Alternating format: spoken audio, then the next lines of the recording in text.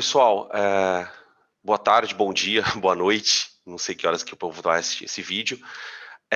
A gente vai, então, na aula de hoje. Hoje é uma aula um pouquinho mais curta do que o tradicional. Porque nós vamos nos limitar a discutir casos onde eu preciso achar a resultante centrípeta. Né? A aula passada, para quem já assistiu a aula gravada, a gente fez uma discussão teórica relembrando um pouco das características do movimento circular. Sobretudo, o que dá origem ao movimento circular. Né? A gente, na cinemática, estuda a descrição do movimento. Então, eu defino ali velocidade angular, velocidade linear, frequência, período. Né? Ok, a discussão aqui é outra. É o que torna um movimento circular. Né? Pela primeira lei de Newton, o princípio, a gente chama de princípio da inércia, existem duas situações em que um corpo pode apresentar força resultante zero. Situação 1, ele está em repouso, que é o mais intuitivo nosso. Olha, o corpo está em repouso, tudo bem não ter força agindo sobre ele.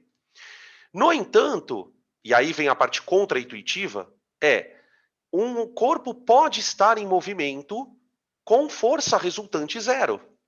Só que esse movimento é especial. É um movimento retilíneo uniforme. Então, se eu quero trabalhar com primeira lei, eu tenho dois tipos de movimento na vida. O movimento retilíneo uniforme e um que não é movimento, que é o repouso. Agora, como é que eu faço para um movimento ser circular? É aí que entra a história. Para você fazer um movimento acontecer de maneira circular, você tem que garantir uma coisa. Uma coisa só. Você tem que garantir uma força que seja perpendicular à velocidade. Pronto.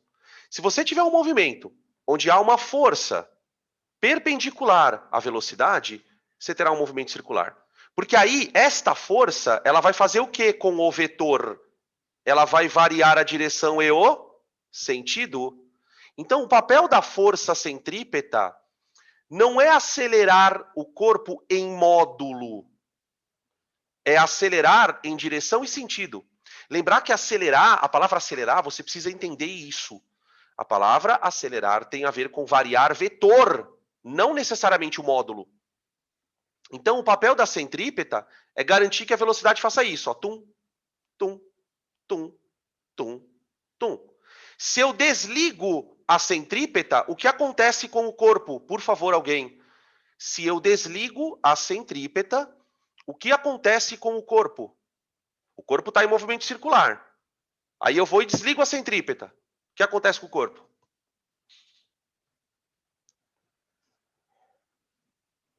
Sai pela tangente, sai pela tangente, sai pela tangente. Metralharam, exatamente. Aí o movimento vira retilíneo uniforme. Percebe? Quando o corpo sai pela tangente, ele entrou na primeira lei. Desliguei a centrípeta, não tem mais nada que varie o vetor, ele vai embora. Sacaram a ideia? Isso, na minha cabeça, é um dos conceitos mais difíceis da gente entender. Porque a ideia de aceleração para a gente, pelo menos para mim, quando eu estava no cursinho, ela estava muito atrelada a variar valor de velocidade. Mas existem forças que variam o vetor em si. Bom, só um minutinho, gente. Espera só aí. Então, voltando aqui, sempre tem essas coisinhas técnicas, né, que acontecem. Vocês devem ter visto que estou com o meu telefone aqui. Então, voltando, a aula de hoje ela vai discutir o quê? Qual é o assunto? Eu vou olhar para situações onde, por algum motivo, eu vou ter que identificar a resultante centrípeta. E aí eu quero refletir um pouquinho com vocês sobre essa expressão, resultante centrípeta. Qual a condição para ter movimento circular? Deixa eu voltar aqui nesse slide. Para você ter movimento circular, você tem que ter uma força que atua variando a direção e o sentido da velocidade. Então, olha só. Se um corpo tem... Isso aqui é um slide da aula de ontem, tá? Da última aula. Aqui você tem um corpo numa posição inicial e aqui uma posição final. Aqui na posição inicial, ele tem uma velocidade, tá? Que é a velocidade tangencial dele. Aqui na posição final, a velocidade já variou. Ela pode ter variado em módulo, mas ela certamente variou em direção e sentido. Então, tem uma força agindo aqui. Uma força direcionada para o centro. Esta força direcionada para o centro causa uma aceleração centrípeta. Então, existe sempre no movimento circular uma resultante que aponta para o centro. Por que eu digo resultante? Porque, às vezes, você tem várias forças atuando nessa direção. Tá? Quando acontece, por exemplo, de você ter o peso e a normal, a gente vai discutir um pouco sobre essas situações. Então, o desafio aqui é discutir situações onde tem sempre uma força, ou várias, cuja resultante é centrípeta. E aí o cara vai te pedir coisas relacionadas a isso. Ele pode te pedir essa força, ele pode te pedir a velocidade do corpo, ele pode pedir o raio da trajetória, ele pode pedir uma série de situações, tá bom? Beleza, então são casos, acho que são 8 ou 9 casos. Na aula passada, como ilustração, nós calculamos, ou na verdade não chegamos a calcular, mas a gente provou que é possível calcular-se a velocidade de órbita de um corpo ao redor de um planeta. Né? Discutimos bastante sobre a importância disso para as missões espaciais. Né? Falamos do período e ainda falamos um pouquinho da lei de Kepler. Então, tipo, quem não assistiu a aula gravada, a outra, dá uma voltada lá no finalzinho dela, porque esse finalzinho é bem legal. Tá? Tem umas coisas importantes. O que a gente vai fazer hoje é discutir outros casos. Tá? Então, bora começar. Aqui está um estudo de caso, tá? Isso aqui não são os exercícios de sala, não são exercícios. Os exercícios vêm na próxima aula. Aqui são modelos de exercícios, tá? Alguns até são, mas são de um nível um pouquinho mais fácil, e aí a gente vai estar usando para exemplificar coisas. Então, ele fala assim, ó, um bloquinho de massa 0,4 quilos, preso a um fio, gira numa mesa horizontal perfeitamente lisa, então não tem atrito, com velocidade escalar, v igual a 2 metros por segundo ao quadrado. 2 metros por segundo, perdão. O raio da trajetória é 20 centímetros. Qual a intensidade da força de tração no fio? Então, ele diz que o fio é ideal, né? Aqui, eu posso... Opa, perdão. Perdão, gente. Esparrei sem querer. Eu posso imaginar, numa vista superior, né? Se eu estivesse olhando aqui de cima, eu viria o corpo, aqui o centro da trajetória, não está bem no centro, vocês me desculpem, e aqui um fio. Certo? Tá, agora, para nós que estamos aqui dentro em repouso, nós estamos olhando para esse movimento, nós enxergamos, ou melhor, nós explicamos esse movimento porque existe uma força atuando para o centro. Tá? Essa força é a força de tração. Tá? Nesse caso, a força de tração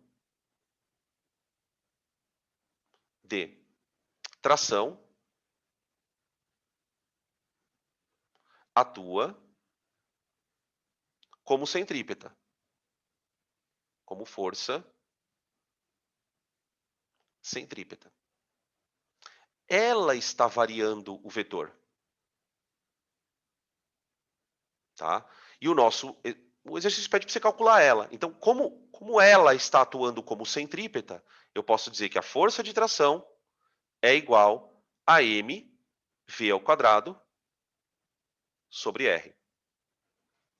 Deixa eu fazer uma pergunta para vocês agora. Existem outras forças atuando nesse corpo, gente?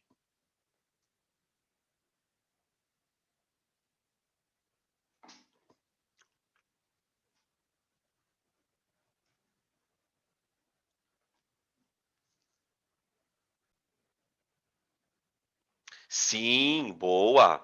Sim. Então vamos lá. Quais são elas? Boa. Perfeito. A força-peso. Boa. E tem mais uma, hein? Tem mais uma. Para pensar, ó, tá indo no caminho certo. Tem uma outra força que tem que anular o peso. Senão o corpo cai. Anormal. Exatamente. Só que eu quero que vocês entendam uma coisa. Por que que nesse caso, nesse problema, eu desencanei do peso e da normal? Porque para pensar, o corpo ele está se movimentando num plano, não tá? Ó? Imagina que minha mão aqui é um plano. A tração ela está aplicada apontando para o centro da trajetória. O peso ele está aqui para baixo e a normal aqui para cima. Então essas duas forças elas não têm relação nenhuma com o movimento circular, tá? Elas se anulam, uma anula a outra e elas não têm a mínima relação com a força centrípeta, tá bom? Por isso eu desencanei dela. Beleza, agora é só fazer a conta, então. Então fica tração igual. A massa dele é 0,4. A velocidade naquele instante ali é 2 elevado ao quadrado, dividido pelo raio. Tá? Tudo no sistema internacional para sair em Newton. 0,2, que é 20 centímetros. Então tá aqui eu cancelo 0,4 com 0,2, dá 2. 2 ao cubo, né? Porque dá 2 vezes 2 ao quadrado aqui. Então dá 8 newtons. 8 newtons. Beleza? Se o cara pede para você desenhar, né? Olha, qual é o vetor? Desenha, represente o vetor força resultante. A força resultante é essa daí, tá? Beleza? Posso passar para o próximo caso? Então, esse tipo de situação é uma situação considerada simples, né? Você não tem geralmente a gente tem mais dificuldade para achar a força centrípeta. Em algumas situações isso se torna mais complicado. Esse é um caso mais tranquilo, tá? Peraí, eu vou deixar aqui para vocês tirarem print, perdão. Podem tirar print aí, por favor.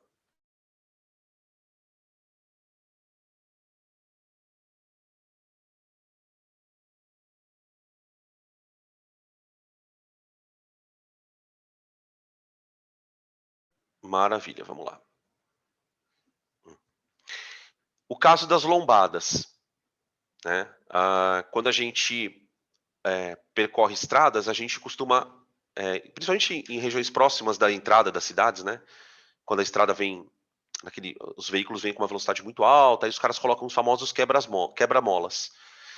E aí você tem o caso, esse tipo de exercício é um tipo de exercício bem conhecido também, tá? Você tem o cara passando por um quebra-mola que está descendo, como esse caso, né? Eu não sei como é que chama esse tipo de lombada. Para mim, é a lombada elevada a -1, que é o inverso da lombada. Né? E depois tem essa outra situação aqui, ó. Tá? Essas duas situações elas vão aparecer em outros tipos de problema. Né? O caso do globo da morte, uma série de coisinhas desse tipo. Bom, olha a história. O carro tem 800 quilogramas, desloca-se numa estrada e passa pelo ponto mais baixo da depressão com velocidade 72. Qual a intensidade da normal? Essa pergunta ela é muito relevante porque ela tem, de uma certa forma, a ver com a aula passada, a parte 2. Lembra que a normal é uma balança, não é? Então vamos fazer um exercício de novo daqueles mirabolantes. Imagine que um motorista está dirigindo o seu veículo, porém, ele está sentado em cima de uma balança. Então ele vem vindo numa trajetória retilínea, em cima da balança. Aí ele passa por essa lombada. A pergunta é, quando ele passar naquele ponto que você está vendo aí, o peso que a balança vai marcar é igual, maior ou menor do que o peso real? Isso é uma questão de múltipla escolha, tá? Teórica. Então, o peso do cara nesse ponto, ele é maior que o peso real, o peso que a balança vai marcar é igual ao peso real ou é menor? Temos várias opções, aqui temos duas opções. É um peso igual, um peso menor, um peso maior. Vamos lembrar o seguinte. O que uma balança marca? Não é a normal? Então, a hora que eu achar a normal, eu vou responder essa pergunta. A hora que eu achar a normal, eu vou responder essa pergunta. Então, vamos lá. vamos imaginar o que está acontecendo ali. Eu vou desenhar meio exagerada a circunferência, e aqui está o corpo no ponto mais baixo. A primeira coisa que você tem que fazer para não errar a questão, por incrível que pareça, pode parecer idiota isso que eu vou falar, é onde está o centro desta circunferência? Ele está aqui, ó. Centro. Então, ó, se você imaginar que o corpo ele está fazendo um movimento circular, ó, isso aqui é um movimento circular. Procura o centro. Tá procurando? Procurou o centro, achei. Tá. A força centrípeta tem que apontar para cima. A força centrípeta tem que apontar para o centro. Então, portanto, para cima. Então, eu vou desenhar as forças que me importam. Nós temos uma força-peso.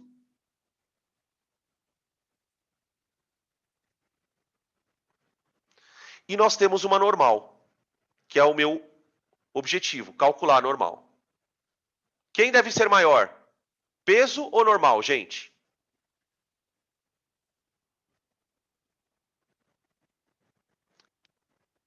Quem deve ser maior? Peso ou normal?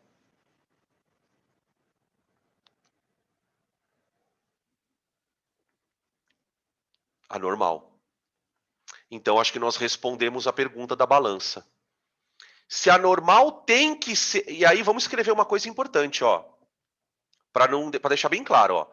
A normal precisa ser maior que o peso, pois a resultante deve apontar no centro. A resultante deve ser... Opa. Vixe, Maria, deu uma bugada aqui.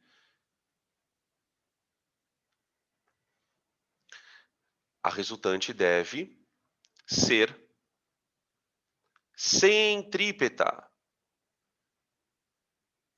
Então, é o caso, e aí eu vou convidar vocês a tentar lembrar de uma situação em que vocês já passaram por isso. Quem já andou de montanha-russa sabe. Sabe?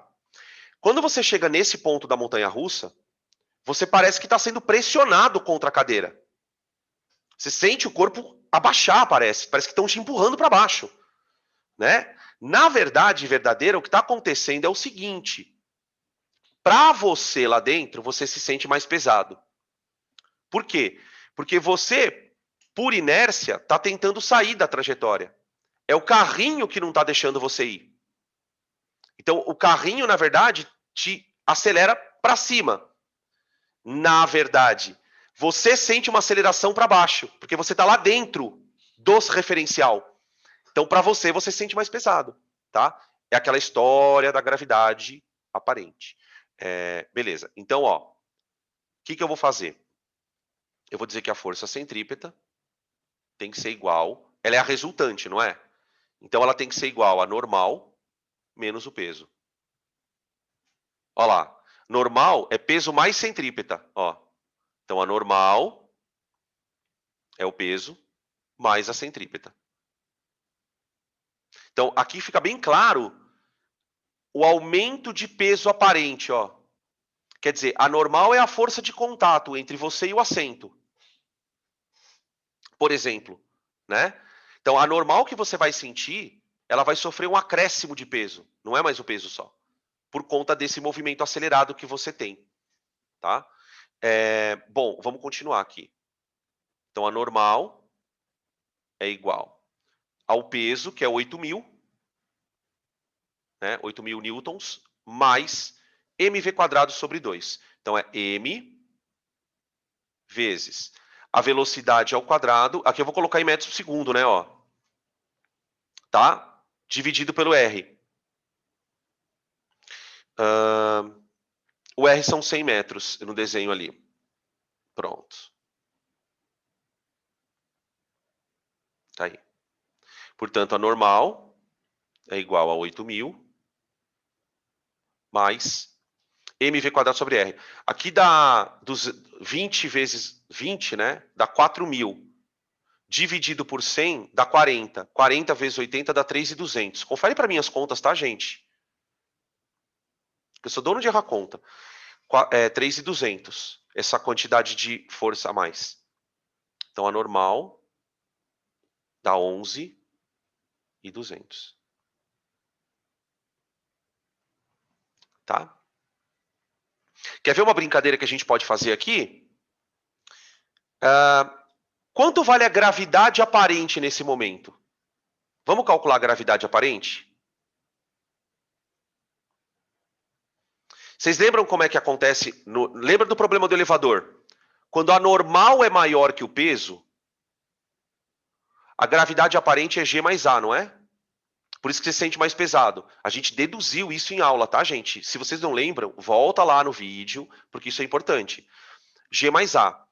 Esse A que o corpo ganha é a aceleração centrípeta.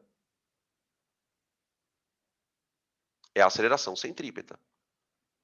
Então, vamos calcular ela? A aceleração centrípeta é V quadrado sobre R. Só V quadrado sobre R, né? Então, fica a aceleração centrípeta é 20 ao quadrado, 4.000, dividido por 100. 100. A aceleração é igual a... Aqui é 100, perdão, gente. Tá? 40 metros por segundo ao quadrado. Ô, gente, vocês têm noção do que é 40 metros por segundo ao quadrado? 40 metros por segundo ao quadrado é 4G. É 4G. Quer dizer, naquele momento, olha que coisa louca. Naquele momento, se você estivesse nessa situação, você ia experimentar uma gravidade aparente de 5G. De 5G. Né? Uma descidona assim, ó, vroom. Né? Faz isso aqui, ó, vroom. Gostou da sonoplastia, né? Vroom. Nesse ponto aqui embaixo, ó, a tua gravidade aparente, o gap, seria 5G. Né? E aí você entende, por exemplo, por que os pilotos de caça têm que fazer treinamento, né? Para fazer voo. Porque imagina o cara... Isso é uma velocidade, gente, pequena. Ele está a 70 km por hora. Tá? Pode falar, Ni. 20 ao quadrado é 400. Obrigado. Eu estou falando para vocês fazerem as contas aí. Então aqui eu errei, né? Não, aqui está certo, né? Aqui eu acho que está certo. Não, não está também não. Está tudo errado. Aqui é 320. E aqui é 8. Vai conferindo para mim de novo aí, então, ó.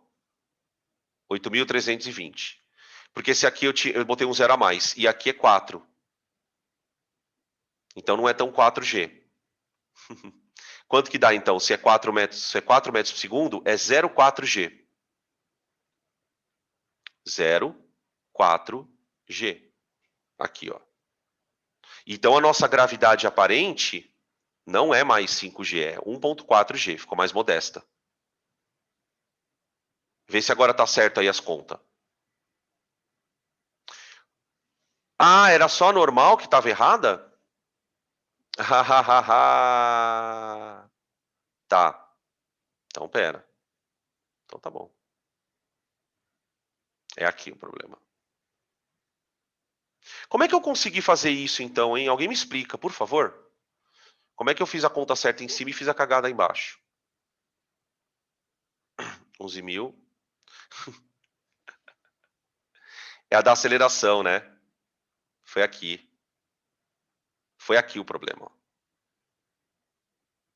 Aqui. Agora já tá certo, né? Tá tudo ok aí? Agora pode ir para os anais do YouTube? Beleza. Bolas. Vamos passar. Pode printar agora, que agora tá tudo corrigido. Aí você já imagina... Bom, não vou dar spoiler, vai. Que vai aparecer a próxima questão. Pronto. Agora eu posso falar. Aí você já imagina esta situação. Esta daqui. São os mesmos dados, para a gente não ter que fazer conta, e para eu não errar de novo, né? São os mesmos dados, só que agora a lombada está para cima. Ela está para cima. Então nós identificamos imediatamente o centro da trajetória, né? O movimento circular ele está sendo feito desta maneira. E aqui nós temos duas forças importantes para nós, as mesmas, né, no caso. Então você tem aqui a lombadinha, aqui o corpo, e aqui o nosso centro da trajetória, mais ou menos aqui. Então a situação é peso, puxando para baixo, e a normal para cima. Pronto. Como nesse caso eu preciso que a aceleração aponte para o centro, a minha resultante centrípeta agora será peso. Opa.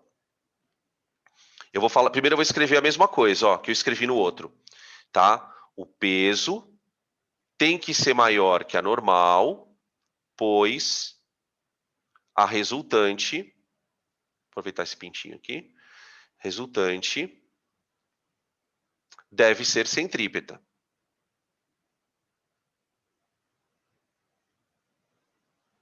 Centrípeta. Ok. Então nós temos que peso menos normal igual a força centrípeta. Tá? Veja que nesse caso, quando eu isolar a normal, vai acontecer o contrário do outro. Olha, a normal, eu vou passar a normal para a direita, né? Igual a peso menos a força centrípeta. Então, nesse caso, se você estivesse em cima do veículo, você sentiria perder um pouco do contato. Perder um pouco do contato quando você faz esse movimento aqui, ó. Tá? É esse movimento que aquele avião que a gente comentou na aula faz para as pessoas sentirem perda de gravidade. O avião sobe, quando ele chega lá em cima, ele faz isso, ó. Quando ele faz isso, a pessoa lá dentro levanta. Ela simplesmente levanta. E aí ela tem a sensação de que ela perdeu a gravidade. Na verdade, ela está caindo junto com o avião, né? Só que existe uma aceleração relativa ali, né? Então, nesse caso, fica a normal igual peso 8.000 menos. A força centrípeta não muda o valor dela, né? O valor dela, aquele que eu tinha acertado, era 3.200. Aqui, ó. 3.200. Então, esta força aqui continua valendo aquilo porque você tem a mesma velocidade, o mesmo raio, a mesma massa. Então, fica 3.200. Pronto. Então, fica... aí, olha o medo de fazer a conta. N igual 4.800 newtons. Tá? Conferindo aí para ver se está tudo ok. Bom, a gente já calculou a gravidade aparente, né? Da outro caso, né? A aceleração centrípeta, ela é v² sobre r, que vai dar 4 metros por segundo ao quadrado, certo? Normal, a mesma aceleração. Agora, nesse caso, usando a aula do elevador, qual seria a gravidade aparente naquele momento? Seria G menos A. Tá? Porque nesse caso, a aceleração está para baixo. Aceleração centrípeta. Então é aquela história do elevador que a gente se sentia mais leve. Tá? Aqui, essa aceleração é a mesma coisa que a aceleração do elevador na aula passada. Então aqui fica G aparente igual a G. A aceleração imposta pela situação é 0,4, né? Então é 0,6 G. G. Né? Que vai ser 10 menos 4, que dá 6, 0,6 G. Tá? Então, por um instante sequer, né, ele consegue se sentir mais leve por conta dessa aceleração relativa. Tá? Isso vai fazendo a gente perceber que você consegue criar acelerações fictícias, né? qual é a maneira de você criar uma aceleração fictícia? É colocar a pessoa, né, num corpo, dentro de um corpo que acelere. Quando você coloca uma pessoa dentro de um corpo que vai acelerar, essa pessoa vai experimentar uma aceleração fictícia lá dentro, tá? Beleza? Próxima, podem tirar print.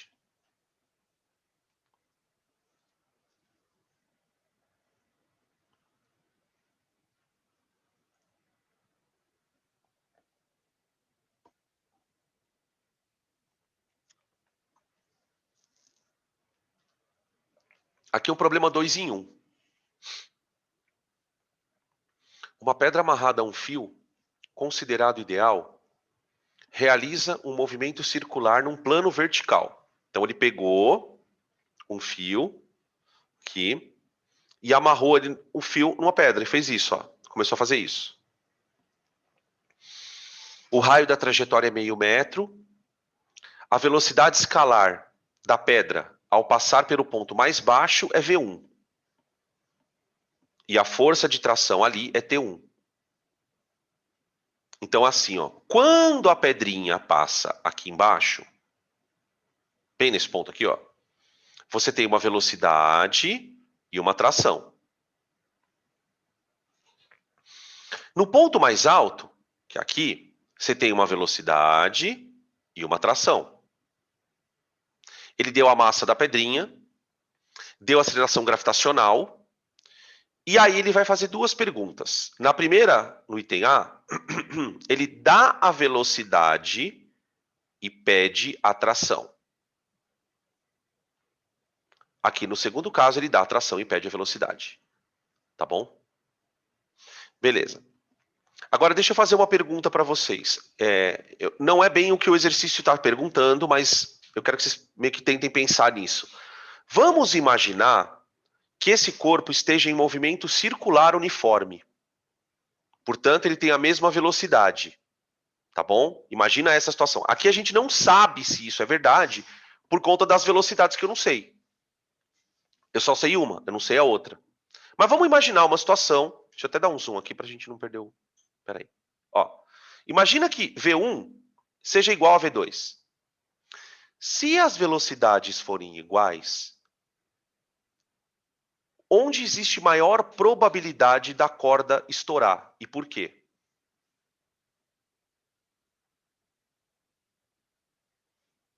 Suponha que as velocidades sejam iguais. Onde é maior a probabilidade da corda estourar?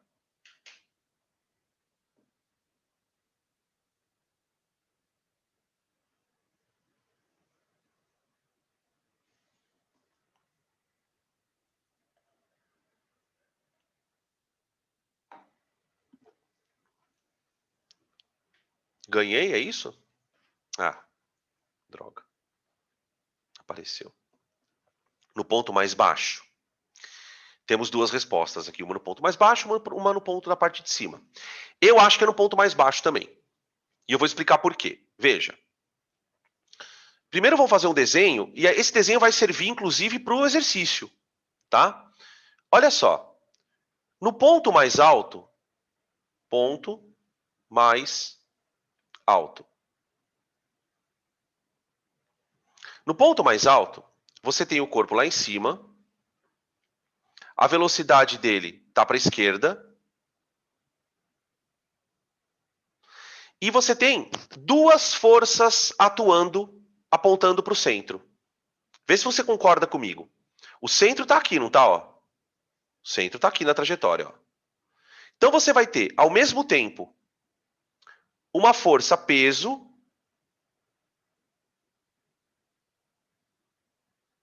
apontando para baixo, e vai ter uma tração também puxando ele. Eu estou desenhando a tração maior que o peso, mas eu não sei se isso é verdade, tá? Então, nesse caso, como o peso e a tração estão trabalhando para o mesmo lado, a tração no fio vai ser menor. O fio não vai precisar esticar muito para segurar o corpo, Porque tem o peso ajudando, né? Agora, no ponto mais baixo, o negócio pega. Vamos escrever aqui, ó. Ponto mais baixo.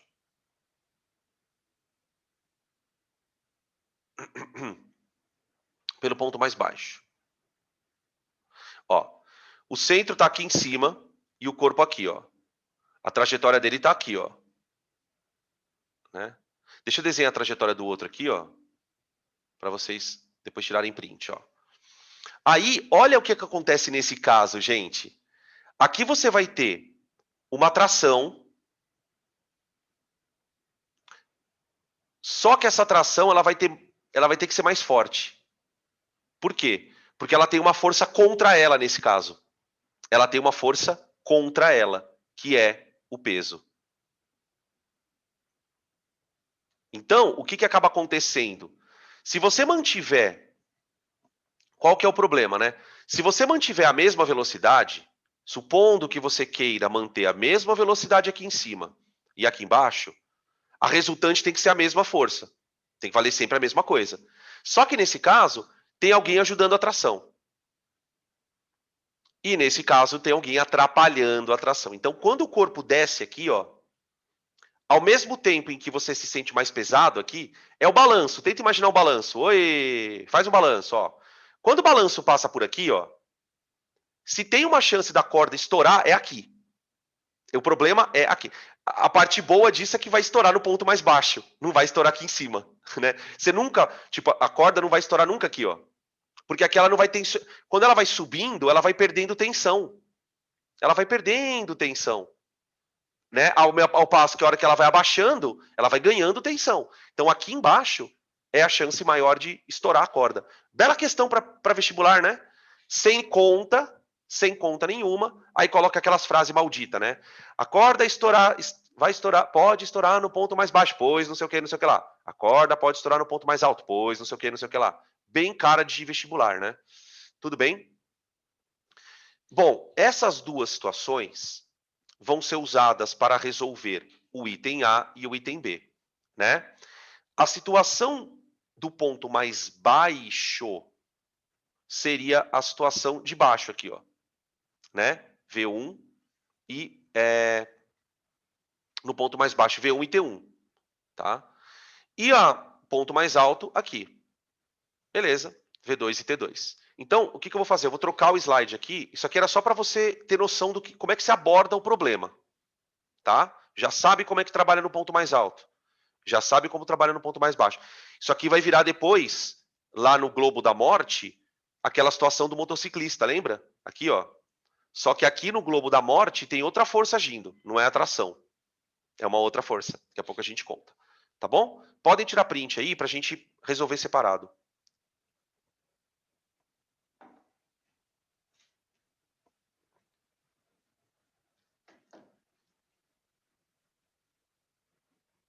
Então vamos lá. Aqui embaixo, ó. Aqui embaixo. No ponto mais baixo, eu vou ter tração menos peso, né? A tração ela apontando para cima. Aqui no ponto mais baixo, ó. A tração apontando para cima. Então ela tem que ser maior que o peso, né? Para conseguir virar uma centrípeta. Então tração menos peso é igual a força centrípeta. Tração menos. Putz, esqueci a massa do carinha. Puta, 50 gramas, meu. Que coisa chata. 50 vezes 10 dá 500, dá... Não, vai ter que ser em quilogramas, né? 50 10 a menos 3, dá 5 10 a menos 2, vezes 10, 5 10... Dá 0,5, né? Confere para mim. 0,5 newtons, que é o peso, igual a massa em quilos, vezes a velocidade ao quadrado. Aqui eu já vou colocar a velocidade ao quadrado, tá, gente? 121, 11 ao quadrado. Dividido pelo raio da trajetória, que eu esqueci. Meio metro, né? Meio metro. Meio metro. Tá. Ó. Só que é 0,05. Dividido por 0,5 dá 0,1. 0,1. 0,1 vezes 121 dá 12,1. Então, a tração menos 0,5 está igual a 12,1. Passa para lá, né, o 0,5. Então, tipo, a tração fica 12,6. 12,6. 12,6. Tá. Agora vamos calcular o V2. Bom, para o V2, eu tenho as duas forças apontando para baixo. A tração, puxado, né? O fio está puxando para baixo, e o peso. Então, tração. Aqui eu chamo, vamos chamar de T1, né? Para não zoar o barraco. E aqui T2. T2 mais peso igual a centrípeta.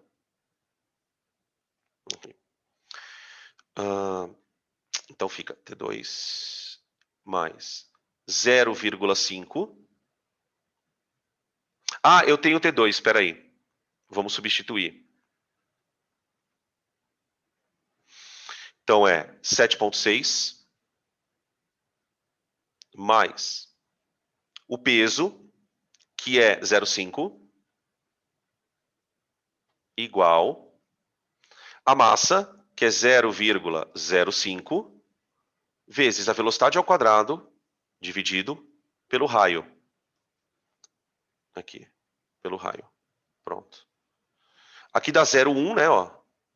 Espera aí. 0,1. Tá? Então a conta fica assim, ó. 7,6 mais 0,5 dá 8,1. Igual a 0,1 V quadrado. 81, né? V quadrado é 81. Tira da raiz, então o V vai dar 9 metros por segundo. Tá ali. Então, de fato, eles não têm a mesma velocidade, né? Lá em cima e embaixo. Né? Essa pergunta que eu fiz para vocês, né? Para que ela se torne uma questão que você consiga responder como vocês fizeram, você tem que falar, você tem que dar essa condição. Olha, eu quero um movimento circular, uniforme. Porque quando você tem velocidades diferentes, aí não tem como você comparar as trações. Aí não tem. Você pode ter uma situação, por exemplo, que o cara passe tão rápido aqui em cima, ó. Ele pode passar tão rápido aqui em cima que o fio pode estourar aqui. Agora, se ele está passando com a mesma velocidade nos pontos, aqui é o ponto onde o fio vai ser mais estressado, vamos dizer assim. Tá? Beleza? Então, o que seria interessante de você guardar dessa questão para aquelas questõezinhas teóricas chatas, né? Quanto mais rápido você se propõe a fazer a curva, mais exigência você terá na força centrípeta. Então, por exemplo, se a tua força centrípeta é uma tração, quanto mais rápido você for fazer o movimento, mais você vai exigir dela. Se a tua força centrípeta for um atrito, quanto mais rápido, mais você vai exigir dela.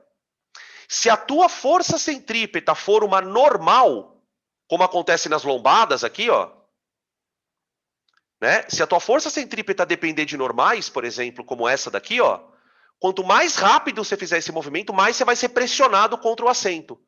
Tá? Tenham essa ideia intuitiva, porque se a questão for teórica, você mata. Tá bom? Segue aqui. Podem tirar print para a gente passar para o próximo caso.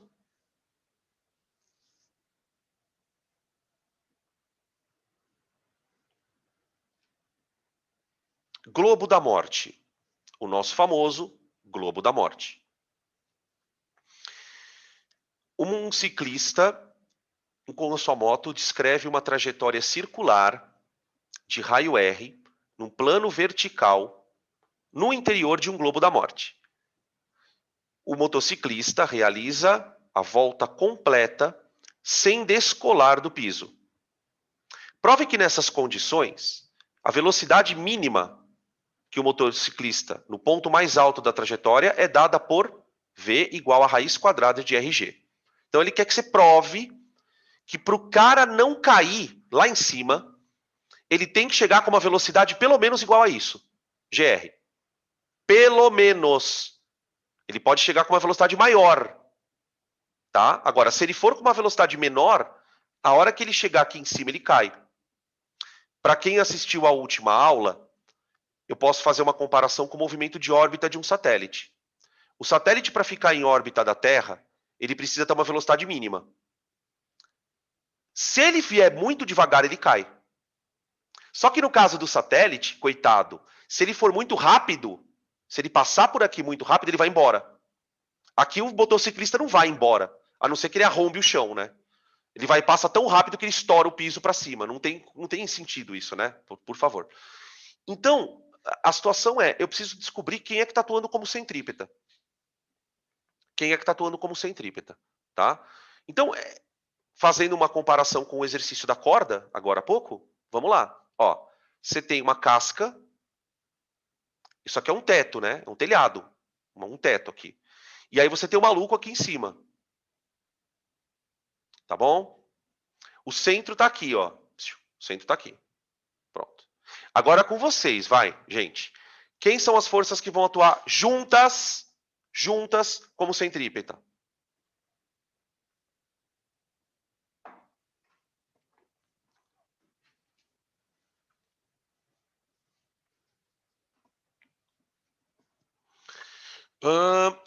Moleque! Normal e peso. Boa, Jade. Ó, eu tenho força-peso.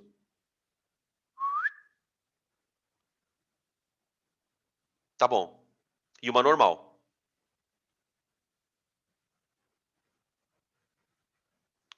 Agora vem uma pergunta muito difícil. Tá? É sério, não é brincadeira. É uma pergunta muito difícil. Mas não é porque é difícil, vocês não vão responder, tá? Por favor. Dessas duas forças, eu posso dizer que ambas são constantes, verdadeiro ou falso? Posso dizer que essas duas forças, ambas são constantes, verdadeiro ou falso?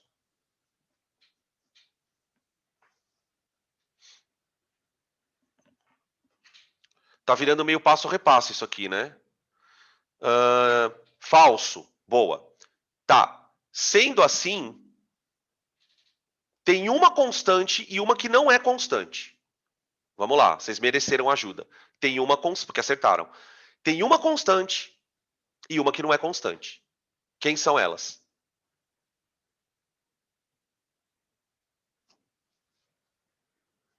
O peso é constante. Boa. Então, pera lá. Deixa eu escrever isso aqui. Vamos escrever. Ó. O peso é constante. Só que a normal não é constante. A normal não é constante. Perfeito. Perfeito. Já vieram aqui com o peso constante, que já acertaram, e a normal varia. Agora deixa eu fazer uma pergunta. Por que a normal varia? A normal varia. Por quê? Falei que era foda. Meu, você entender isso aqui, você vai entender muita coisa, cara. Juro por Deus. A normal varia. Por quê?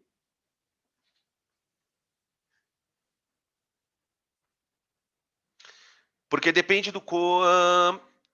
Não, tudo bem. Isso é verdade. Isso que você falou é verdade. Mas pensando no fato do ponto ser o mais alto, tem uma outra coisa que faz a normal variar. Tem uma outra coisa que faz a normal variar. Ela é uma força de contato. Perfeito. Porra, é isso. Ela depende da velocidade. Para pensar, gente. Quanto mais rápido você entrar naquele ponto, mais você vai empurrar o teto para cima. Porque você quer sair pela tangente. Você não quer sair pela tangente? Então, quando você entra muito rápido, você aperta o teto muito para cima. Consequência disso, o teto te empurra muito para baixo. A normal, ela é tanto maior quanto mais rápido você entrar ali. Ela depende da velocidade. Depende da velocidade. Ô, gente, isso vale tanto para cima como para baixo. Porque se você está no ponto mais baixo aqui, ó, quanto mais rápido você vai, mais se aperta o chão para baixo. Por isso que é normal naquele ponto da lombada é alta. Porque você entrou muito rápido. Lembra que eu falei a frase, quanto mais rápido você quer fazer a curva, mais você vai exigir da centrípeta. Nesse caso, a normal tem relação direta com a centrípeta. Então eu vou dizer assim, ó, a força centrípeta é igual ao peso mais a normal. Mais a normal. Tá. Eu quero a velocidade mínima, não é mesmo? Eu quero a velocidade mínima. Portanto, pensa comigo, se eu quero a velocidade mínima, este valor aqui deve ser o menor possível.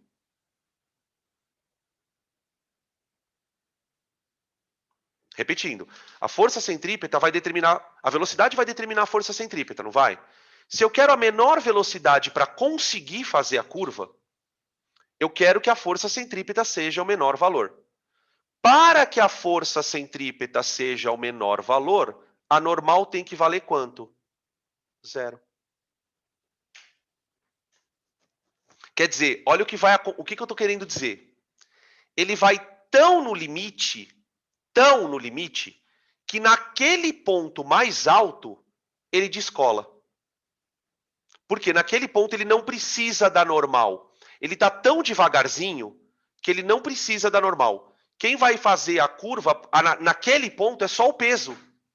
É só a força-peso que vai atuar como centrípeta. Repito, isso não vai acontecer sempre. Isso só acontece na velocidade mínima. O satélite faz exatamente isso. Quando o satélite fica em órbita, ele está com uma velocidade mínima. Por quê? Só tem o peso atuando como centrípeta. Só que se ele for menor que aquilo, aí ele cai. Aqui é a mesma coisa. Se o motociclista subir naquele ponto com uma velocidade menor que aquela, ali ele cai. Tá? Então, ó, voltando para a conta.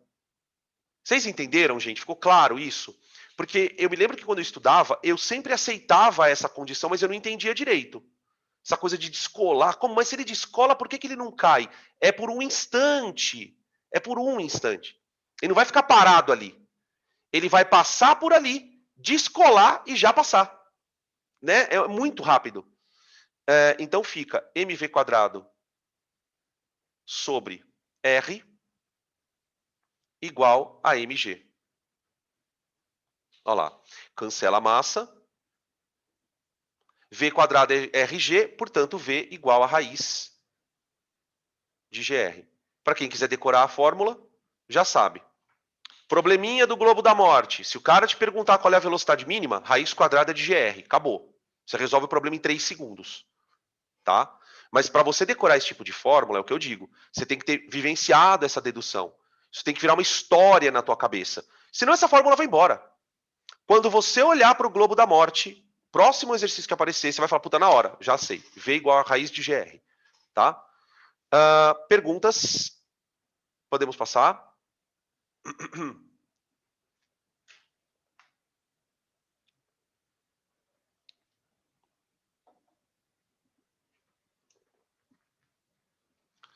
Próxima. Outro problema clássico. Agora a gente vai pegar um carro, vamos fazer desse carro fazer uma curva e vamos tentar explicar o papel do atrito ali. Né? Quando o carro vai fazer uma curva, gente, a situação ela é muito parecida com o primeiro problema, aquele do objeto em cima de uma mesa, girando. Quando um objeto está em cima de uma mesa girando, a tensão vira centrípeta, não é? Troca a tensão por um atrito. Pronto. Então você tem uma curva, então imagina, visto de cima, né? Você tem aqui uma pista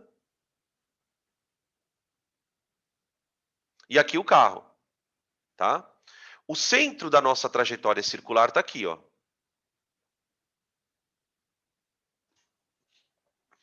O peso e a normal, eu esqueço deles, porque eles estão aplicados na vertical, né? Vertical, tanto para baixo, o peso, como para cima, a normal. Aqui nós temos um atrito. É um atrito que está atuando.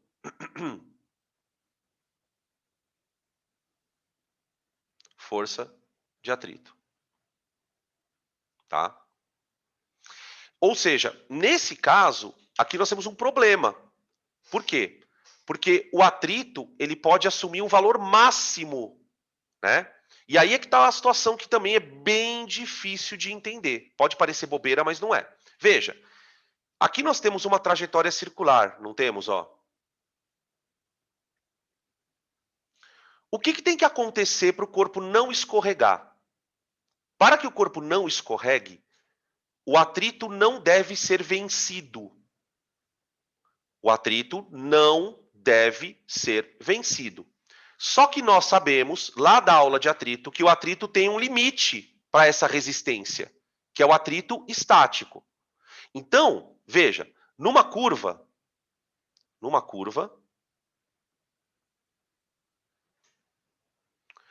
o maior valor do atrito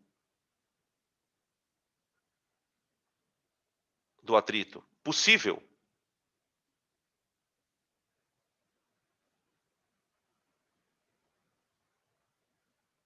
é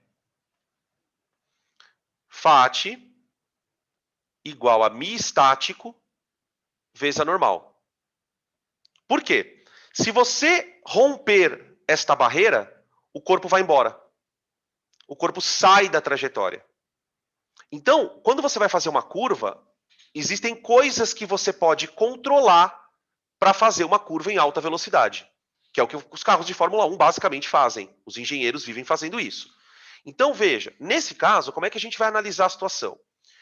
Ele quer que eu prove que a velocidade máxima vale μRg, tá? Raiz quadrada de μRg. Então, vamos provar. Porque isso aqui explica muita coisa do que eu estava falando agora. Opa, peraí, sem querer eu risquei aqui a folha. Então, ó, nesse caso, o atrito vai atuar como centrípeta. Tá. μ vezes a normal é igual a mv quadrado sobre o raio. Certo. Só que como o plano está horizontal, a normal, na verdade, é em módulo igual ao peso. Então, eu escrevo isso aqui assim, ó. μmg igual a mv quadrado sobre r. Né? Então, nós temos corta, tá? Então, v quadrado é igual a μgr, portanto, v igual a raiz quadrada de μgr. Tá bom? Então, qual é a situação, né? Se a gente olhar para essas observações, a gente começa a entender muito do que acontece nas corridas de carro de automobilismo. Por exemplo, uma das coisas que a gente percebe na corrida é que pro piloto, porque assim, qual é a ideia do piloto? Ele precisa sempre manter a velocidade mais alta possível, certo? Mesmo que isso seja numa curva. E aí você fala assim, bom, como é que ele consegue manter uma velocidade alta na curva? Ele vai controlar algumas coisas. Por exemplo, dessa fórmula aqui, ó, você garante uma situação. Por exemplo, você tem uma curva, como essa que vocês estão vendo aqui. Quando ele faz a trajetória dessa maneira aqui, ó, na linha pontilhada em amarelo, essa curva ela traz uma circunferência por trás dela, não traz? Então ela tem um raio. Só que eu posso fazer a curva assim, ó.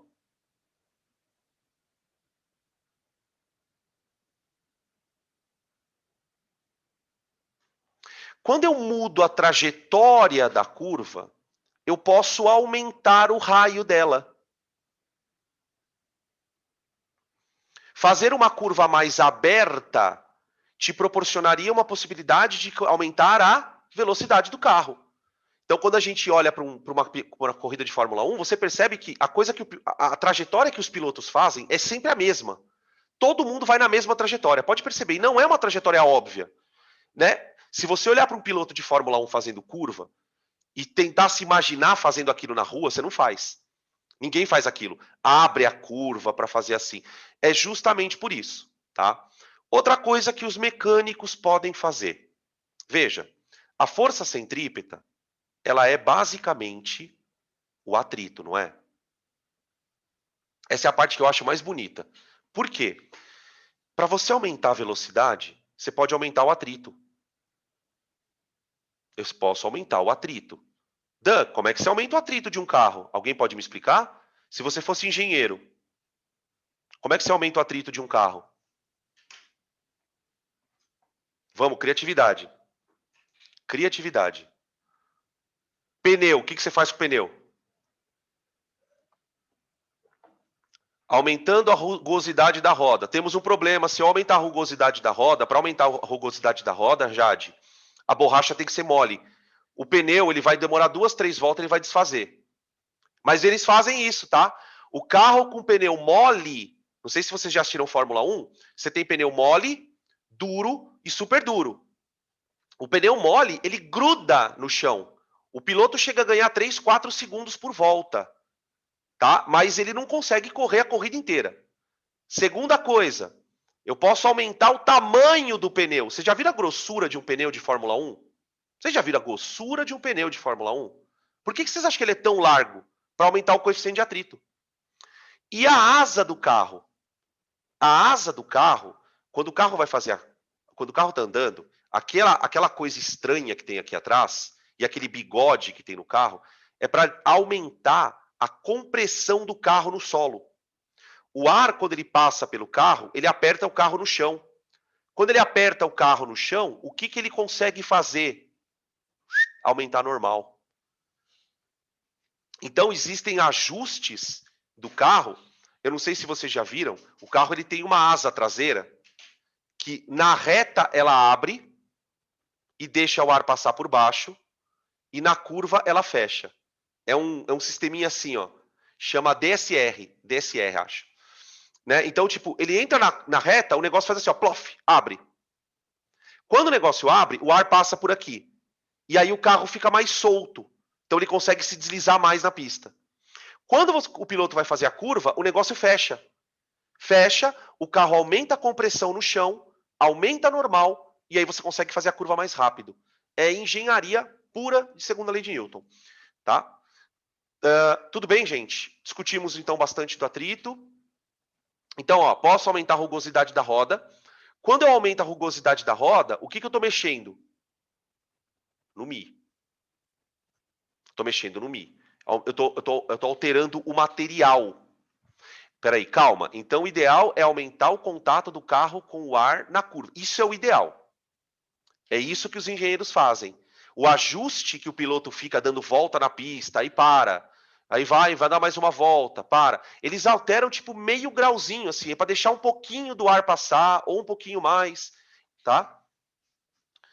Na verdade, só para resumir então as coisas, dá para fazer tudo o que vocês falaram. Ó, se a questão falar do pneu, você está aumentando a área de contato e o material do pneu. Então você está aumentando, você está variando quem nesse caso? O coeficiente de atrito. Então, alterações no pneu alteram o coeficiente de atrito. Alterações de trajetória alteram o raio, que me permite fazer a curva mais rápido.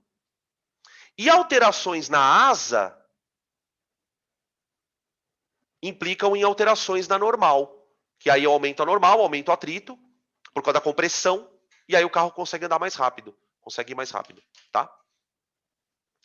Acho que agora ficou claro. É que a gente foi falando tudo ao mesmo tempo, né? Eu peço desculpas que eu confesso que eu me empolgo, então eu fico falando as coisas meio shuffle, tá ligado? Então eu peço, se vocês precisarem, eu volto e explico, tá? Posso passar então?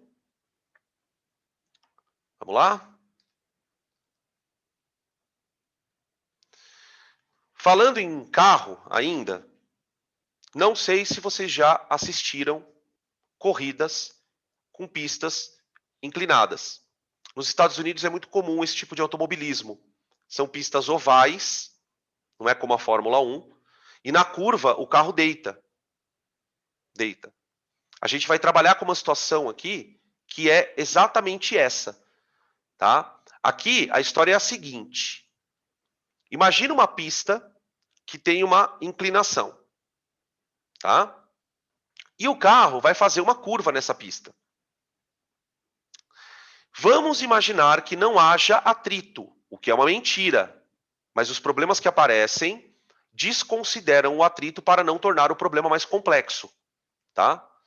Nesse caso, mesmo a pista não tendo atrito, eu consigo fazer a curva. Eu consigo. Né? Você fala, ué, mas espera aí, que coisa estranha. Como é que eu vou conseguir fazer a curva sem atrito? Na hora que eu vou fazer a curva, será que não periga eu escorregar para cima? A gente vai ver que não, tem condições para isso, mas eu conseguiria fazer a curva se não houvesse o atrito, tá? Beleza. Como é que a gente analisa essa situação? Aqui eu fiz um esqueminha, peraí, deixa eu ver se... Tá, aqui. Aqui, ó. Eu vou colocar aqui uma situação para a gente poder imaginar. Aqui está o plano inclinado, tá? Aqui está o plano inclinado. O plano ele tem uma inclinação de ângulo θ, tá? Esse ângulo ele é importante, ele vai entrar em cálculos, θ. E aqui está supostamente o meu corpo. Pronto. Aqui você tem o corpinho, tá? Esses dois vetores que vocês estão vendo aqui, um verdinho e um azulzinho, vocês já imaginam quais são esses vetores, né? Nós temos aqui o vetor peso.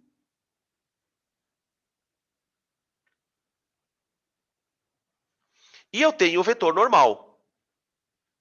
A força normal. Tá? Calma, porque eu estou sentindo a energia daqui. Calma. Não é para decompor peso em nada. Deixa ele quieto. Escuta aí, calma. Que tipo, a gente já começa, não, peraí, vamos decompor esse peso. Calma. Eu tenho o peso e tenho a normal. Não existe mais nenhuma força atuando neste caso.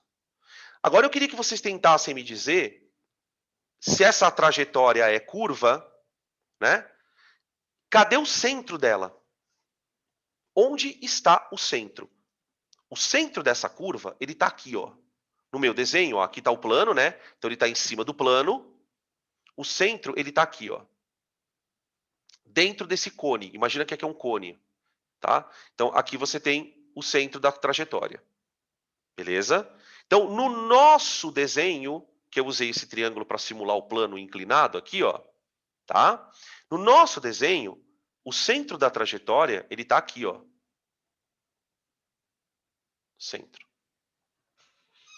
Tá? Tudo bem até aqui? Então, o que isso significa? Se o centro da trajetória está aqui, a centrípeta tem que apontar para cá. Simples. Ela tem que apontar para cá. Tudo bem até aqui? Então, isto aqui é o modelo. Toda vez que você precisar trabalhar com pista sobreelevada, tá? A palavra-chave é essa, pista sobreelevada. Você vai analisar o sistema dessa maneira. Eu tenho um peso para baixo, uma normal perpendicular ao plano, porque a normal é perpendicular ao plano, e a resultante tem que me dar a centrípeta. Então, eu não sei se vocês conseguem enxergar que isso é uma regra de paralelogramo, né? Ó, se você imaginar um paralelogramo aqui, ó, paralela ao peso, paralela normal, ó o paralelogramo. A centrípeta, pessoal, é a diagonal do paralelogramo, da soma vetorial. Lembra que a soma de forças no movimento circular tem que apontar para o centro.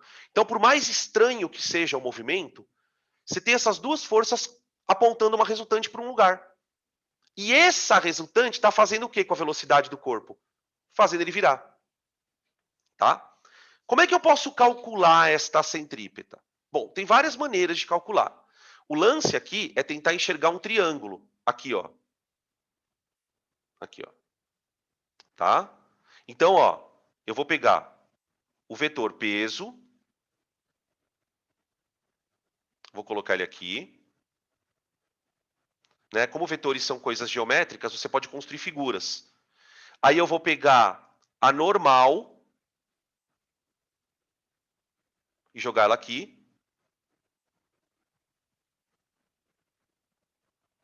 E a centrípeta fecha o nosso triângulo.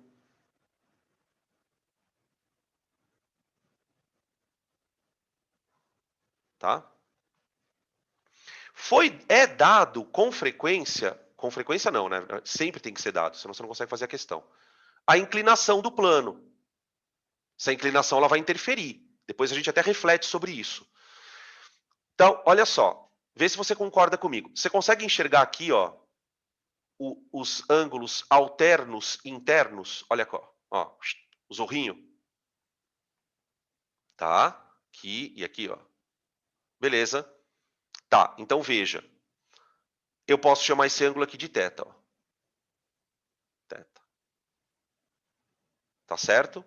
Beleza. Agora, vamos lá. Tá vendo esse ângulo aqui, ó? Esse ângulo não é θ. Eu vou chamar esse ângulo de alfa. Então, este ângulo aqui eu chamo de alfa. Dan, mas ele não deu alfa. Calma. Calma. Deixa eu terminar. Tá. Agora, para pensar um pouquinho. Você consegue enxergar aqui o perpendicular, ó? Normal e plano. Normal e plano. Você concorda, então, que alfa mais θ tem que valer 90? Então, ó, alfa mais θ tem que dar 90.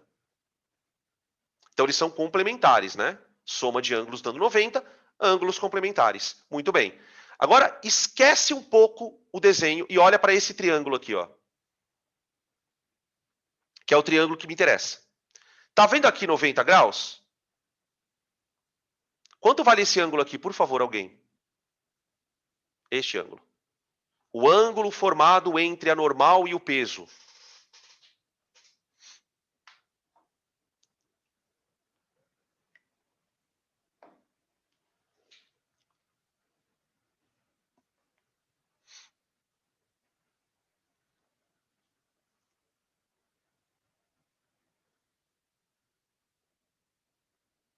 O ângulo formado entre a normal e o peso. Ninguém? Devo voltar à explicação? Vale θ. Eu não sei se você quis escrever aqui θ. Você botou O. O deve ser θ. Então escreve θ, é que você não quis escrever θ porque ia aparecer outra coisa, né? Teta, né? Põe um acento no E e dane-se, pronto. Escreve θ. É exatamente θ. Exatamente θ.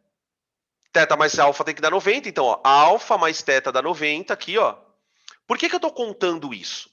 Veja, porque para você calcular a centrípeta, e aí você pode, a partir da centrípeta, você pode calcular a velocidade do carro, você pode calcular o raio da trajetória. Então você pode fazer várias contas. Por exemplo, você pode dizer que o seno de θ é o cateto oposto sobre a hipotenusa. Então, por exemplo, se ele te der a normal vale PY aqui. Você consegue calcular a força centrípeta. Ah, tudo bem. Vamos usar o cosseno. Dá para usar cosseno? Dá. Se você quiser usar o cosseno, aí a tua conta é outra. O cosseno do ângulo é o cateto adjacente, peso, sobre a hipotenusa. Ah, Dan, mas aqui você não consegue calcular a centrípeta. Não, não consigo. Mas eu tenho uma relação entre vetores. A outra relação, que é a que mais aparece, é a relação de tangente de θ, que é cateto oposto sobre cateto adjacente. Vamos lá. Tudo bem? Agora diz para mim uma coisa, eu vou falar uma frase e você vai dizer verdadeiro ou falso. Quanto mais inclinada for a curva, mais rápido o corpo pode fazer a curva sem escorregar. Quanto mais inclinada for a curva, mais rápido ele pode fazer essa curva sem escorregar. Isso é verdadeiro ou é falso?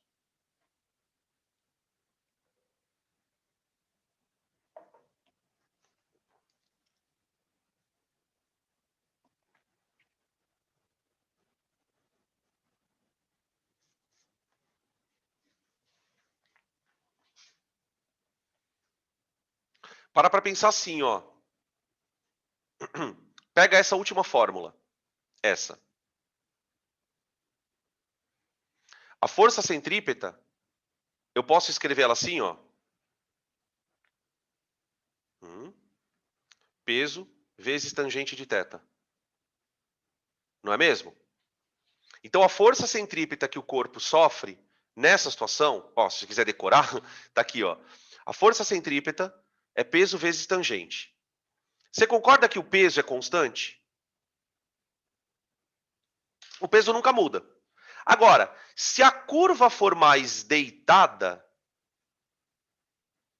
a tangente do ângulo é maior. O ângulo aumenta, a tangente aumenta. Então a força centrípeta vai ficando maior. Então ele pode acelerar mais. É por isso que a inclinação acontece na curva. Para quem já assistiu essas corridas, a pista, quando ele está na reta, a pista é horizontal. A curva só inclina, a pista só inclina na curva, porque ali ele precisa da centrípeta.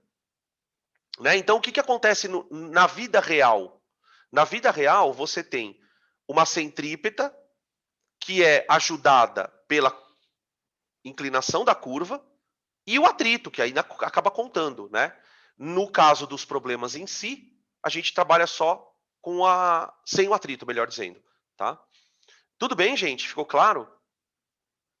Mais uma discussãozinha de caso. Agora eu vou, na sequência, a gente vai fazer um exercício desse aqui. Então, vocês podem tirar print pra gente. E aí, ó, por favor, tá? Você não precisa mais ficar pensando nisso aqui nunca mais na tua vida. Ó, você já meio que decora essa figura. Decora. Assim, o que eu faria, né? Se eu tivesse tendo essa aula, o que eu faria? Eu, Danilo. Eu faria isso aqui em casa sozinho. Eu pegaria esses slides e começaria um por um provar. Eu sozinho. Não consegui? Assiste e tenta de novo. Tá? Esse tipo de estudo é importante. Para quem tem dificuldade em física, é importante. Para quem já está num nível um pouquinho mais elevado, é abrir e fazer questão. Mas se você tem dificuldade em física, você precisa passar por este processo. Isso aqui não pode simplesmente passar, você assistir e falar, ok, puta, que foda. Não. Se você não pegar isso aqui e fizer sozinho, isso vai virar uma fórmula que daqui a pouco vai embora. Tá? Vamos lá para o próximo. Aqui a questão. Aqui a questão. Percebe como a questão vai se tornar super fácil quando você já viu essa teoria. Né? Ó, um automóvel percorre uma pista curva sobre elevada. Isto é, a curva apresenta a margem externa mais elevada do que a margem interna. Seja θ o ângulo de sobre-elevação, tal que a tangente dele vale 0,15. Olha lá, a tangentona. Tá? Com que velocidade o automóvel deve efetuar a curva, independentemente do atrito entre os pneus? Aí ele deu a gravidade e o raio da curva. Então veja, aqui vamos retomar a ideia. Ó. O vetor em azul é o vetor força normal. O vetor verdinho é o vetor peso. A resultante disso aqui por um paralelogramo tem que dar centrípeta. Então eu pego este vetor aqui, ó, e imagino ele aqui, ó. Tá? Opa. Então eu desenho assim, ó. Aqui você tem a normal. Aqui. Aqui o peso.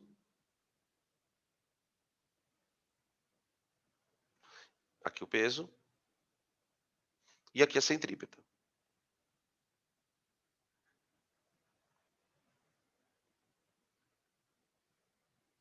Tá. Como a gente já mostrou na figura, este ângulo aqui, ó, é o nosso θ do plano. É importante a gente saber a localização do θ para entender por que a tangente vai ser cateto oposto sobre cateto adjacente, né? Porque dependendo do ângulo que você pega. Então, ó, sendo esse o ângulo de inclinação do plano, eu vou dizer que a tangente dele é cateto oposto sobre cateto adjacente. Tá? Portanto, a força centrípeta é igual a peso vezes a tangente. Tá? Beleza. Agora vamos abrir, né?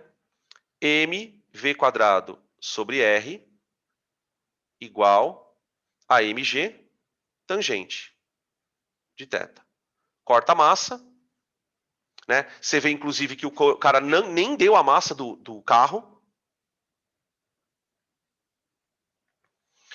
E aí fica V² é igual a GR tangente de θ. Tangente de θ. Portanto, V igual a raiz quadrada de 10 vezes 150 vezes 0,15. Dá 1,5, dá 15 vezes... Dá 15, né? Eu acho que deu 15 essa conta aqui. 15 metros por segundo. Tá? Confere para minha conta, mas acho que deu 15 mesmo. Deixa eu ver aqui. Tá, beleza. Fechou.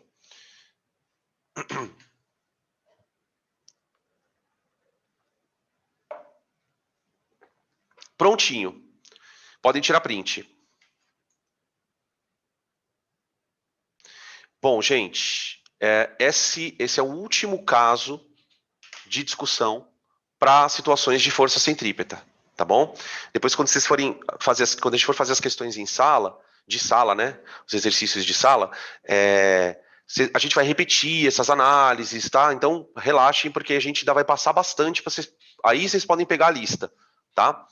Bom, esse caso é um caso muito curioso que tem a ver com o vídeo que eu coloquei para vocês na plataforma. Que eu não sei se chegaram todos a assistir o vídeo. Ele está em inglês, né? Então, de repente, tem que assistir um pouco mais devagar, dar uma repetida nos áudios, mas é uma linguagem que dá para entender bem. Um dos problemas das missões espaciais longas é o problema da gravidade.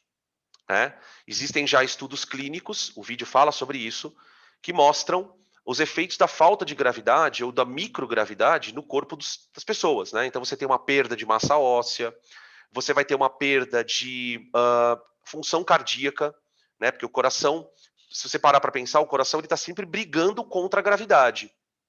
Então, todo o nosso mecanismo fisiológico de contração muscular cardíaca, ele foi adaptado evolutivamente, óbvio, né? Para funcionar na gravidade, para funcionar em ambiente com gravidade. Quando você se submete a uma situação onde você está com pouca gravidade, ou micro, né? As consequências são complexas. Então, qual é o problema que a NASA enfrentava? Como é que eu crio gravidade? De que maneira eu faço a pessoa que está numa missão espacial se submeter a uma aceleração? Porque entendam o seguinte, né? Quando a gente fala criar gravidade, essa expressão é um pouco sensacionalista, se você parar para pensar. Porque criar gravidade significa estar submetido a uma aceleração constante. Então, por exemplo, o cara até fala na reportagem, você quer criar uma aceleração igual à da gravidade? Fica num ambiente acelerado a 10 metros por segundo ao quadrado para sempre. Para sempre. Então, a ideia é criar situações onde a pessoa se submeta a uma aceleração. Só que isso tem um problema. Por quê? Como é que você vai criar uma aceleração para as pessoas dentro de uma nave? Então, uma das situações é criar uma estação espacial. Né? O vídeo em si ele não fala disso. O vídeo ele fala o seguinte: o cara desenvolveu uma maca, a pessoa deita, de tal maneira, é mais ou menos assim, deixa eu fazer um desenho para vocês entenderem. É assim, imagina você olhando uma visão superior de uma maca. Então você tem um círculo grandão, aqui está o centro do círculo. O cara montou uma maca, assim, ó. Tá? Uma maca. Aí a pessoa vai deitar nessa maca com a cabeça bem no centro. E o corpo aqui. Aqui os bracinhos tal, e as perninhas. E aí a pessoa vai girar. Quando a pessoa girar, o que ela vai sentir? Alguém pode me descrever? Se a pessoa estiver girando com uma maca, com a cabeça bem no centro. Por que ele pôs a cabeça no centro? Para a pessoa não ficar enjoada. Né? Se você coloca a pessoa com a cabeça exatamente no centro, o sistema auditivo, que tem muita responsabilidade pelo equilíbrio, né? Você consegue basicamente eliminar o problema de ficar tonto, né? O problema é que quando a pessoa estiver deitada, o que ela vai sentir? Alguém conseguiria tentar descrever isso?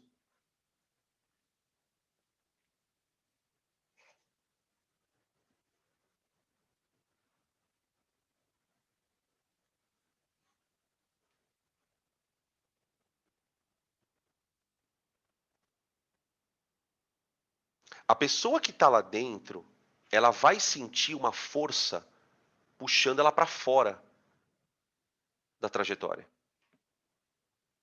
Exatamente como o exercício vai falar aqui.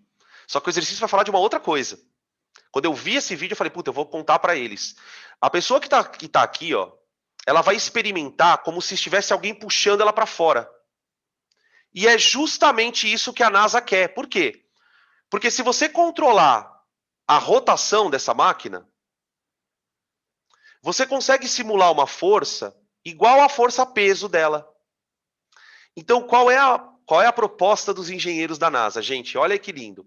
As pessoas que forem fazer uma missão espacial muito longa, elas têm que passar algumas horas por dia nesse aparelho, como se elas estivessem numa esteira gravitacional. Ela fica lá um tempo, se submete a uma gravidade momentânea, para o corpo dela não perder adaptação. Então, tipo assim, você está lá na nave espacial, puxa, pessoal, hora da minha esteira. Vai lá, bota um iPod, musiquinha e fica lá, se sentindo pesado. Ai, que delícia, estou me sentindo tão pesado. Que é justamente o que a gente corre contra aqui na Terra, né? Quando a gente vai para a piscina, a gente se sente tão levinho, dá sono. Lá é o contrário, lá você vai falar assim, eu queria tanto sentir um peso nas minhas pernas, queria sentir meu tornozelo doendo. É mais ou menos essa ideia, tá bom? Enfim, deixa eu apagar aqui só para a gente fazer a questão. É surreal, né? Olha, brinquedinho de parque de diversão. O rotor é um cilindro oco que pode girar em torno do seu eixo. Uma pessoa está encostada na parte interna do cilindro, como mostra a figura. O cilindro começa a girar e a pessoa gira como se ficasse grudada no cilindro. Quando atinge uma velocidade angular mínima, veja, a velocidade é mínima. O piso é retirado e a pessoa não cai. Mas tem que ser uma velocidade mínima. Se for menor que aquela, a pessoa cai. Né? De novo, essa história do cair. Né? Seja R o raio do cilindro, G a aceleração local da gravidade e μ o coeficiente de atrito entre a pessoa e a parede. Né? É importante frisar que tem que ter atrito. Senão a pessoa não consegue ficar parada. Tá? Represente as forças que agem na pessoa. O peso, o FAT e a normal. Tá? Então vamos lá. Vamos desenhar aqui no item A. Quando a gente for fazer o exercício de sala, daqui a pouco eu vou mostrar um slide para vocês. Imagina que isso aqui é a pessoa, tá? Um bloco. Aqui está a parede. Aqui está a parede. Aqui, ó, está o centro do rotor. Aqui está o centro. Centro, tá? Então a pessoa está girando assim, ó. Vum, vum, vum, vum. Vai fazendo isso, tá? Beleza. Então eu tenho o peso.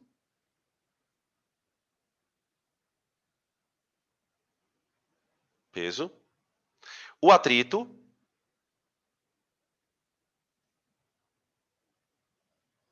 E a normal, né?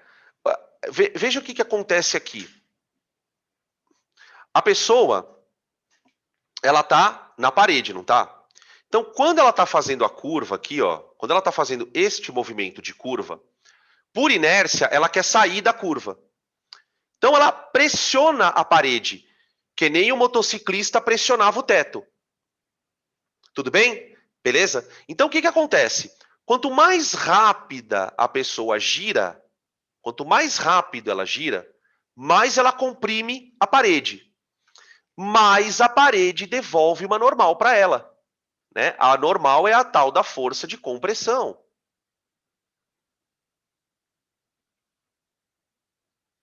Ô, gente, essa normal aqui, ela é o anjo desse movimento. Por quê? Ela tem duas funções. Ela tem que ser suficientemente grande para que o atrito iguale ao peso, senão a coisa cai. É aí que está a história. Lembra que a normal depende da velocidade? Então, o que acontece? Se o cara fizer a curva devagar, essa normal é muito pequena, ela não consegue dar um atrito que sustente o peso. O cara escorrega. Ele escorrega. Tá? E ao mesmo tempo ela é centrípeta. Ela é uma força centrípeta. Tá? Então, deu para entender qual que é o lance? Aí, olha só, representamos as forças. Agora, olha o que o figurinha me perguntou. Prove que ômega mínimo é raiz de G sobre R mi.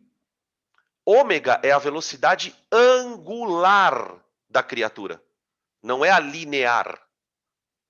Então, aqui é uma boa oportunidade para a gente aprender a escrever a força centrípeta em função de ômega.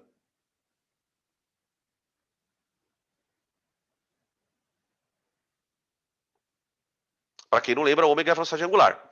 Vocês lembram do movimento circular uniforme? Que V igual a ômega R. Tá lembrado? Se V é ômega R, eu posso jogar isso aqui na força centrípeta. Ó, força centrípeta. Opa, peraí. Força centrípeta é igual a mv quadrado sobre R. Só que V é ômega R.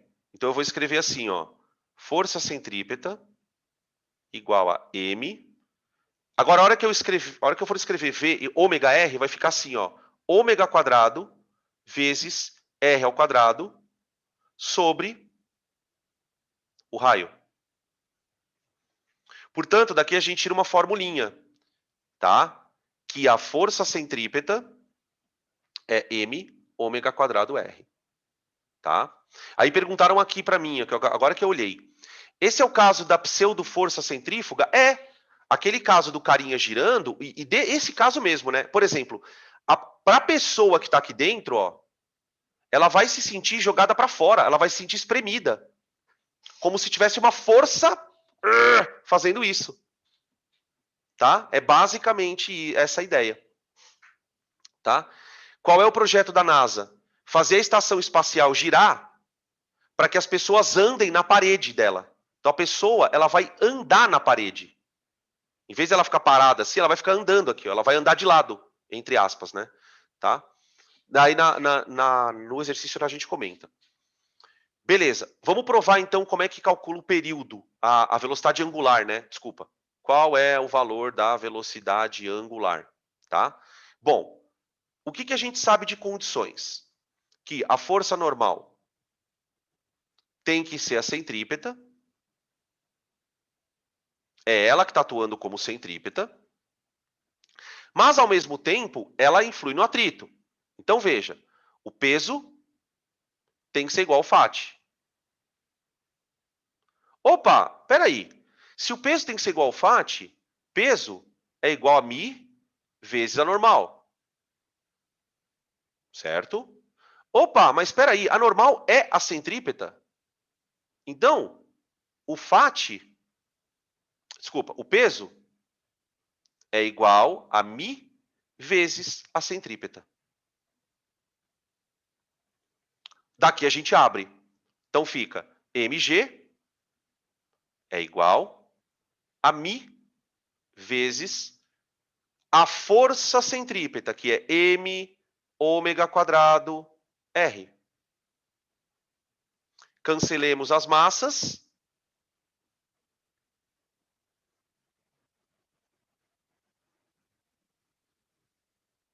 Isola o ômega daqui, ó.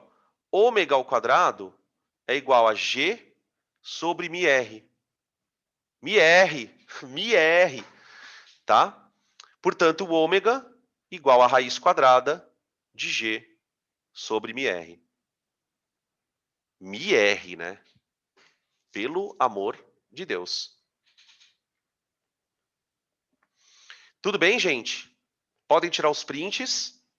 Tá? Eu quero encerrar a aula mostrando para vocês um slide, uma foto, para vocês entenderem o que eu estou falando sobre a questão da estação espacial. Né?